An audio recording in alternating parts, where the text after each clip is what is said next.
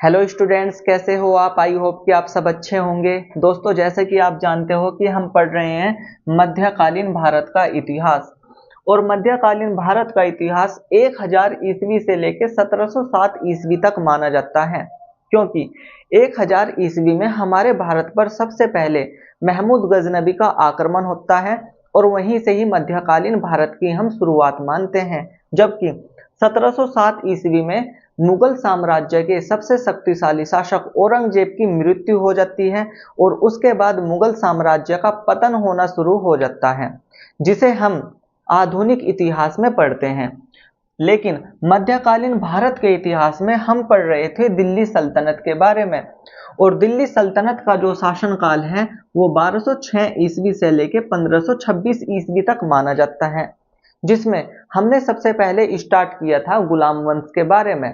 क्योंकि गुलाम वंश जो है वो 1206 ईस्वी से लेकर 1290 ईस्वी तक माना जाता है। और इस गुलाम वंश का ही संस्थापक माना जाता है किसको? कुतुबुद्दीन ऐबक को, जिसका शासनकाल 1206 से लेकर 1210 ईस्वी तक माना जाता है। कुतुबुद्दीन ऐबक जो है वो मात्र 4 साल तक ही शासन करता है, 1206 से लेकर 1210 ईस्वी तक। और जैसे ही कुतुबुद्दीन ऐबक की 1210 ईस्वी में मृत्यु हो जाती है, तो कुतुबुद्दीन ऐबक का गुलाम है जिसका नाम है इल्तुतमिश, और इल्तुतमिश ही दिल्ली सल्तनत का अगला सुल्तान बन जाता है, जिसके बारे में आज हम पढ़ने वाले हैं। लेकिन उससे पहले की जो कहानी है उसे पढ़ लेते हैं, क्योंकि कनेक्टिविटी बनी रहेगी। और कनेक्टिविटी बनाने के लिए हमें क्या करना पड़ेगा कि इसके बारे में थोड़ी सी इंफॉर्मेशन जाननी पड़ेगी। देखिए, जैसे ही 1210 ईस्वी में कुतुबुद्दीन ऐबक की मृत्यु हो जाती है, तो कुतुबुद्दीन ऐबक का ही उत्तराधिकारी बन जाता है आराम शाह। और आराम शाह जो है वो कुछ ही दिनों तक शासन करता है। और जैसे ही आराम शाह के बारे में इल्तुतमिश को पता चलता है, क्योंकि इल्तुतमिश को कुतुबुद्दीन ऐबक के द्वारा बदायूं का राज्यपाल नियुक्त किया गया था, जिसके कारण इल्तुतमिश और आराम शाह के बीच में, जो कि कुतुबुद्दीन ऐबक का उत्तराधिकारी बनता है, यह हम बोल सकते हैं कि गुलाम वंश का अगला शासक बन जाता है कुतुबुद्दीन ऐबक की मृत्यु के बाद। लेकिन शासन करना चाहता था इल्तुतमिश दिल्ली सल्तनत में, जिसके कारण आराम शाह और इल्तुतमिश के बीच में एक जोड़ का युद्ध होता है, जो कि होता है 1211 ईस्वी में। और उस जोड़ के युद्ध में इल्तुतमिश विजयी हो जाता है और आराम शाह पराजित हो जाता है, और गुलाम वंश का ही अगला शासक बन जाता है इल्तुतमिश, जिसका शासनकाल 1211 ईस्वी से लेके 1236 ईस्वी तक माना जाता है। और जैसे ही ये भारत का प्रथम सुल्तान माना जाता है, जो ये इल्तुतमिश है, ये भारत का प्रथम सुल्तान माना जाता है, क्योंकि बगदाद के खलीफा द्वारा वैधानिक रूप से सुल्तान की उपाधि प्रदान की गई थी इल्तुतमिश को, जबकि कुतुबुद्दीन ऐबक को सुल्तान की उपाधि प्रदान नहीं की गई थी। ये इससे सिर्फ सिपह सलाहकार की उपाधि प्रदान की गई थी। ये सिपाही की कुर्सी पर ही बैठकर क्या करता था? शासन किया करता था। लेकिन अगर हम बात करते हैं इल्तुतमिश की, तो अब इल्तुतमिश बन गया है प्रथम सुल्तान। और जैसे ही ये दिल्ली सल्तनत में प्रथम सुल्तान बन जाता है, या इसको ही हम भारत का प्रथम सुल्तान बोल सकते हैं। तो जैसे ही ये सुल्तान की उपाधि प्रदान करता है, तभी ये शपथ लेता है कि दिल्ली सल्तनत में आने वाले जितने भी शासक होंगे उन सभी को सुल्तान की उपाधि प्रदान की जाएगी, जिसके कारण जो भारत का अंतिम सुल्तान है वो आ जाता है लोदी वंश का इब्राहिम लोदी, जो कि 1526 तक बना रहता है। और 1526 ईस्वी में इस इब्राहिम लोदी की हो जाती है मृत्यु, क्योंकि आप सभी जानते हो कि 1526 ईस्वी में पानीपत का प्रथम युद्ध होता है। और जो पानीपत का प्रथम युद्ध होता है वो 1526 ईस्वी में होता है बाबर और इब्राहिम लोदी के बीच में।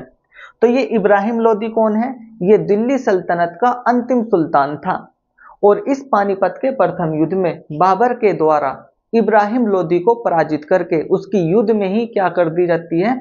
हत्या कर दी जाती है। और वहीं पर ही दिल्ली सल्तनत का अंत हो जाता है, जिसके कारण हम दिल्ली सल्तनत को 1526 ईस्वी तक ही पढ़ते हैं।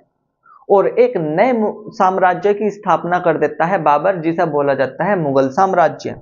जबकि हमें यहाँ पे पढ़ना क्या है, इसके बाद हम जान लेते हैं कि 1215 और 1216 में होता है तराइन का तृतीय युद्ध। तो 1215 और 1216 में क्या होता है, तराइन का तृतीय युद्ध होता है। लेकिन इस तराइन के तृतीय युद्ध को पढ़ने से पहले मैं सबसे पहले आपको तराइन का प्रथम युद्ध और तराइन का द्वितीय युद्ध के बारे में कुछ बता देता हूं। तो समझिए, तराइन का प्रथम युद्ध जो है वो 1191 ईस्वी में होता है, जो कि होता है मोहम्मद गोरी और पृथ्वीराज तृतीय के बीच में। और तराइन के प्रथम युद्ध में पृथ्वीराज तृतीय के द्वारा मोहम्मद गोरी को पराजित कर दिया जाता है। लेकिन पृथ्वीराज तृतीय के समकालीन ही चल रहा था कन्नौज में गढ़वाल वंश, और उस गढ़वाल वंश का शासक हुआ करता था राजा जयचंद्र। और राजा जयचंद्र की एक पुत्री हुआ करती थी जिसका नाम था संयोगिता। अब जो पृथ्वीराज तृतीय है वो संयोगिता से प्रेम करता था, विवाह करना चाहता था, लेकिन राजा जयचंद्र ऐसा नहीं चाहता था कि पृथ्वीराज तृतीय के साथ उसकी पुत्री संयोगिता का विवाह हो, जिसके कारण राजा जयचंद्र जो होता है वो अपनी पुत्री संयोगिता का विवाह कहीं और करवाता है, और पृथ्वीराज तृतीय जो है वो संयोगिता को मंडप से ही उठा के ले आता है और उसके साथ विवाह कर लेता है। और राजा जयचंद्र इस बात से बहुत ज्यादा क्रोधित होता है, और तराइन का द्वितीय युद्ध होता है, और तराइन के द्वितीय युद्ध में राजा जयचंद्र के द्वारा ही मोहम्मद गोरी की मदद की जाती है पृथ्वीराज तृतीय को पराजित करने के लिए, और ऐसा हो भी जाता है। तो 1192 ईस्वी में होता है तराइन का द्वितीय युद्ध, और इस तराइन के द्वितीय युद्ध में मोहम्मद गोरी के द्वारा पृथ्वीराज तृतीय को पराजित कर दिया जाता है, क्योंकि उसकी मोहम्मद गोरी की हेल्प की जाती है, किसके द्वारा, राजा जयचंद्र के द्वारा। लेकिन हमारा फोकस जो था वो था तराइन का तृतीय युद्ध। तो आपको यहाँ पे तराइन के प्रथम युद्ध, द्वितीय युद्ध और तृतीय युद्ध तीनों याद हो जाएंगे। देखिए 1215 और 1216 में क्या हुआ, तराइन का तृतीय युद्ध। और तराइन का तृतीय युद्ध जो है वो किस किस के बीच में हुआ, वो इल्तुतमिश के बीच में हुआ और याल्दोज के बीच में हुआ। इल्तुतमिश के बारे में तो हम पढ़ ही रहे हैं कि ये कुतुबुद्दीन ऐबक का गुलाम हुआ करता था और इसे गुलामों का गुलाम कहा जाता था। लेकिन जो ये याल्दोज है वो भी मोहम्मद गोरी का गुलाम हुआ करता था, क्योंकि मोहम्मद गोरी के 4 गुलाम हुआ करते थे। एक का नाम था कुतुबुद्दीन ऐबक, दूसरे का नाम था याल्दोज, तीसरे का नाम था कुबाचा एंड चौथे का नाम था बख्तियार खिलजी। तो ये कौन हुआ करता था याल्दोज, ये हुआ करता था मोहम्मद गोरी का गुलाम। और इस तराइन के तृतीय युद्ध में इल्तुतमिश तो विजयी हो जाता है और याल्दोज क्या हो जाता है, यहाँ पे पराजित हो जाता है। ठीक इसी के बाद क्वेश्चन ये बनता है कि चंगेज खां का भारत पर आगमन कब हुआ था। तो इस इल्तुतमिश के शासनकाल में ही 1221 ईस्वी में भारत में चंगेज खां का आगमन हुआ। दोस्तों ये आगमन लिखा हुआ है, ये आक्रमण नहीं लिखा हुआ है। तो चंगेज खां का क्या हुआ था, आगमन हुआ था। और चंगेज खां का जो आगमन हुआ था वो क्यों हुआ था, तो ये हुआ था शाह जलाल उद्दीन के कारण, क्योंकि शाह जलाल उद्दीन का पीछा करते हुए चंगेज खां हमारे भारत तक आया था, और शाह जलाल उद्दीन जो है वो इल्तुतमिश से मदद मांग रहा था छिपने के लिए। लेकिन जो चंगेज खां था उसने पहले ही अलर्ट कर दिया था, पहले ही चेतावनी दे दी थी इल्तुतमिश को कि अगर इल्तुतमिश के द्वारा शाह जलाल उद्दीन की मदद की गई तो वो भारत पर आक्रमण कर देगा। लेकिन इल्तुतमिश ने क्या किया, शाह जलाल उद्दीन की मदद नहीं की और चंगेज खां भारत पर आक्रमण करने से पहले ही वापस लौट गया शाह जलाल उद्दीन को मारकर। ठीक है दोस्तों, तो आपको ये याद रखना है। और जो चंगेज खां है ये एशिया का सबसे खतरनाक और सबसे क्रूर शासक माना जाता था, जिसके बारे में मैं अलग से एक वीडियो लेकर आऊंगा। ठीक है दोस्तों, अब समझिए जो चंगेज खां है, तो चंगेज खां का जो वास्तविक नाम था वो था तैमुजीन। तो चंगेज खां का वास्तविक नाम क्या था, तैमुजीन, और ये मंगोलिया का शासक था। तो कहने का मतलब यह है कि जो चंगेज खां है उसका वास्तविक नाम था तैमुजीन, और ये मंगोलिया का क्या था, शासक था। इसके बाद हमें पढ़ना है कि इस इल्तुतमिश के द्वारा ही चांदी का सिक्का चलवाया गया और कॉपर का सिक्का चलवाया गया, क्योंकि क्वेश्चन यहां से बनता है कि इल्तुतमिश के द्वारा ही चांदी का सिक्का बनवाया गया जिसे टंका या फिर टका के नाम से जाना जाता है, जबकि कॉपर जो है, कॉपर को जीतल के नाम से जाना जाता है। तो इल्तुतमिश के द्वारा दो प्रकार के सिक्के चलवाए गए, एक था चांदी का सिक्का, दूसरा था कॉपर का सिक्का। जो चांदी का सिक्का था उसे टंका या फिर टका कहा जाता था, जबकि जो कॉपर का सिक्का था उसे जीतल कहा जाता था। और इसकी जो आधिकारिक भाषा हुआ करती थी वो भाषा हुआ करती थी कौन सी, फारसी।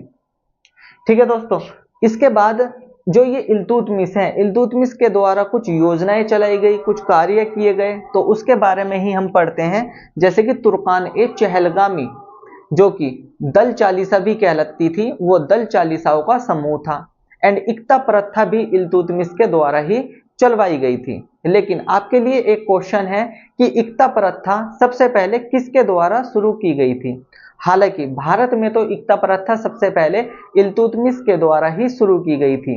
ठीक है, तो चलिए अब मैं थोड़ा सा इसको रफ कर देता हूं और फिर हम चलते हैं नेक्स्ट टॉपिक पर। इससे पहले आप इसको नोट कर लीजिए।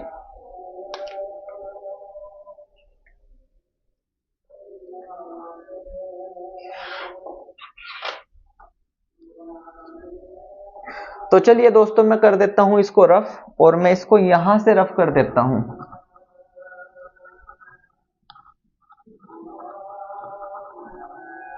देखिए, इसकी कुछ योजनाएं हैं जिनके बारे में हमें पढ़ना है।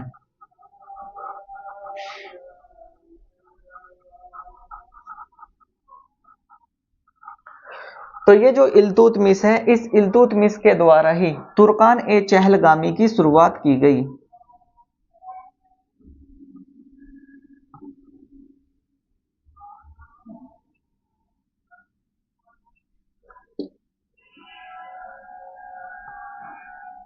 अब ये जो तुर्कान ए चहलगामी है, इसको ही एक नाम से और जाना जाता है जिसको बोला जाता है दल चालीसा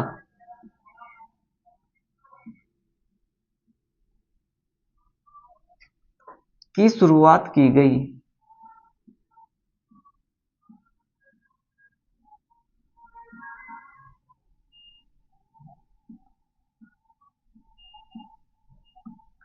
अब दल चालीसा का मतलब होता क्या है, तो दल चालीसा का मतलब होता है 40 सरदारों का समूह।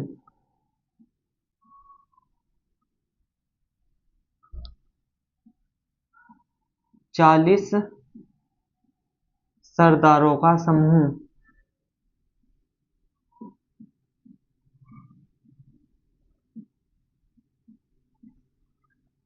और इल्तुतमिश के द्वारा ही एक प्रथा चलाई गई जिसे बोला जाता है इक्ता प्रथा।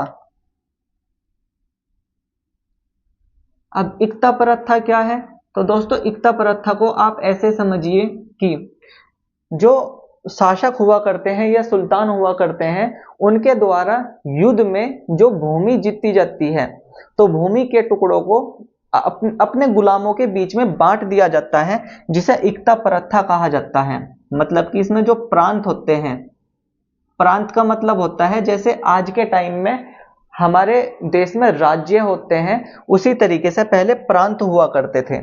तो इस प्रांत का क्या किया करता था, ये अपने गुलामों को बांट दिया करते थे। तो इक्ता प्रथा की शुरुआत की गई किसके द्वारा, इल्तुतमिश के द्वारा। एंड इक्ता प्रथा जिसको दी जाती थी, जिसको प्रांत दिया जाता था, उसको कहा जाता था इक्तेदार।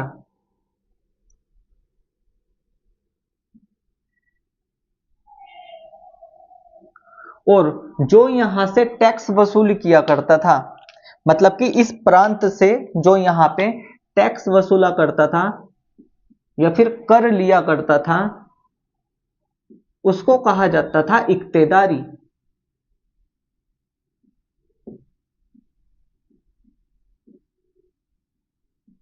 तो आपको यह भी याद रखना है, क्योंकि यहां से भी क्वेश्चन अच्छे खासे बन जाते हैं।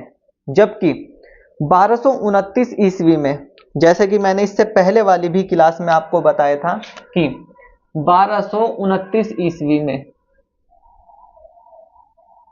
इल्तुतमिश के द्वारा ही कुतुब मीनार का निर्माण कार्य पूर्ण करवाया।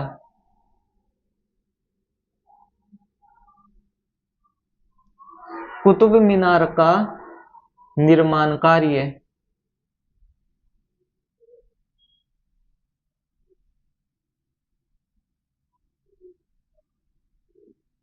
पूर्ण करवाया गया।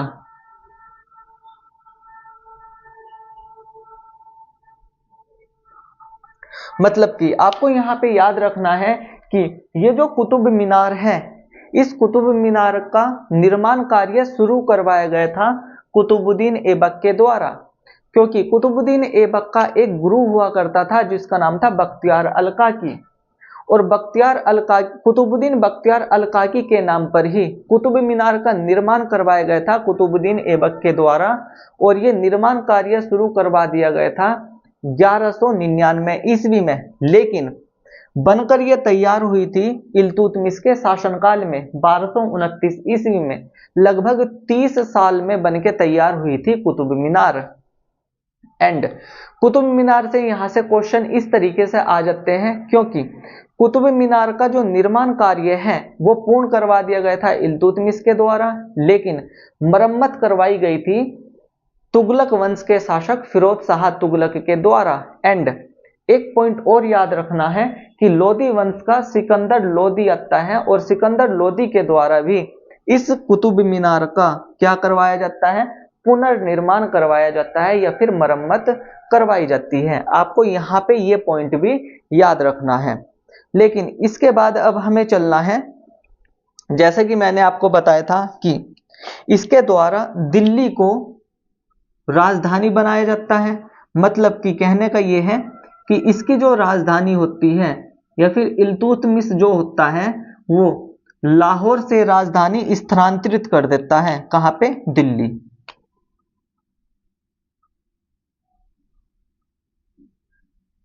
तो ये लाहौर से अपनी राजधानी स्थानांतरित करके कहां पे ले आता है? दिल्ली में ले आता है, और जिसके कारण इल्तुतमिश को दिल्ली सल्तनत का वास्तविक संस्थापक कहा जाता है, क्योंकि इल्तुतमिश के द्वारा राजधानी बनाया जाता है किसको? दिल्ली को।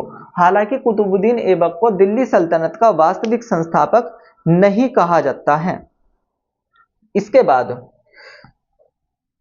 ये जो है इल्तुतमिश, ये अपना उत्तराधिकारी अपनी पुत्री रजिया सुल्तान को बनाता है। तो मैं यहाँ पे थोड़ा सा रफ करके लिख देता हूं। देखिए यहां से मैं रफ कर देता हूं।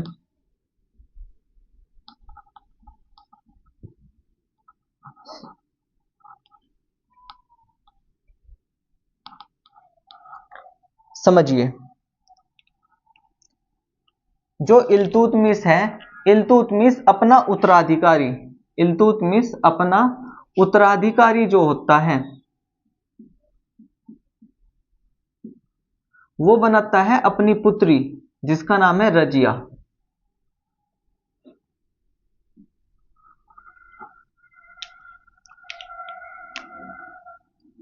अपनी पुत्री रजिया को बना देता है। हालांकि इल्तुतमिश के जो पुत्र थे वे अयोग्य पुत्र थे।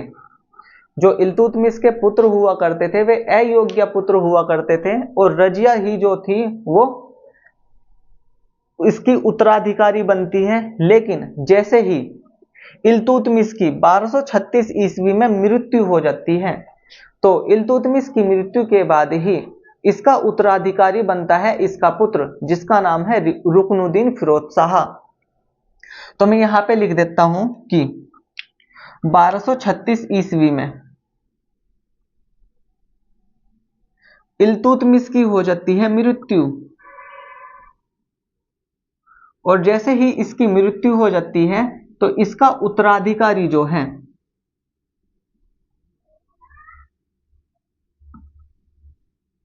मतलब कि गुलाम वंश का अगला शासक बन जाता है रुकनुद्दीन फिरोज शाह।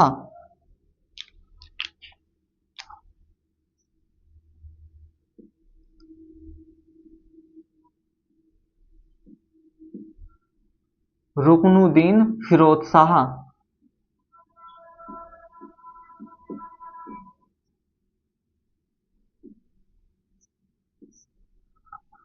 और जैसे ही रुकनुद्दीन फिरोज शाह दिल्ली सल्तनत में गुलाम वंश का अगला शासक बन जाता है इल्तुतमिश के बाद, लेकिन इल्तुतमिश ने तो अपना उत्तराधिकारी अपनी पुत्री रजिया को चुना था और रजिया से पहले ही सुल्तान बनकर बैठ जाता है दिल्ली का रुकनुद्दीन फिरोज शाह। लेकिन जैसे ही रजिया को इस बात का पता चलता है तो रजिया जो है वो दिल्ली की जनता के साथ इस अपने बड़े भाई रुकनुद्दीन फिरोज शाह की क्या करवा देती है, हत्या करवा देती है। और रुकनुद्दीन फिरोज शाह की हत्या करवाने के बाद ही रजिया दिल्ली सल्तनत की सुल्तान बन जाती है और कहलाती है रजिया सुल्तान, जिसके बारे में हम पढ़ेंगे नेक्स्ट वीडियो में। तो आई होप कि दोस्तों ये क्लास आपको बहुत अच्छी लगी होगी और अच्छे से ये कंसेप्ट आपको समझ में आ गए होंगे। तो दोस्तों आपको सिर्फ एक काम करना है, वीडियो को लाइक करना है, शेयर करना है और एक प्यारा सा कमेंट करना है। और अगर आप इस चैनल पे नए हो तो चैनल को सब्सक्राइब करना है। थैंक्स फॉर वॉचिंग, मिलते हैं नेक्स्ट क्लास में।